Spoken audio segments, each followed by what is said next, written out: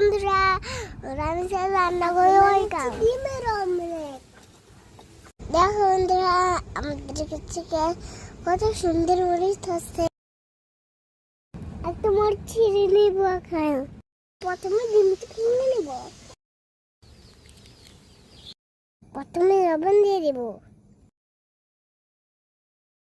পেঁয়াজগুলোকে ভেঙে নিব, আর ধনিয়া পাতাগুলো দিয়ে দেব, আর হলুদগুলো দিয়ে দেব পরিমাণ করে।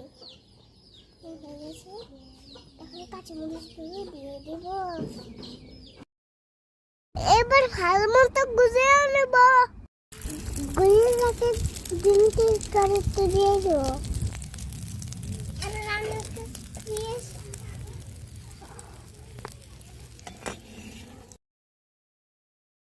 এবার ঘরে ভেজে বাটিতে তুলে নেব।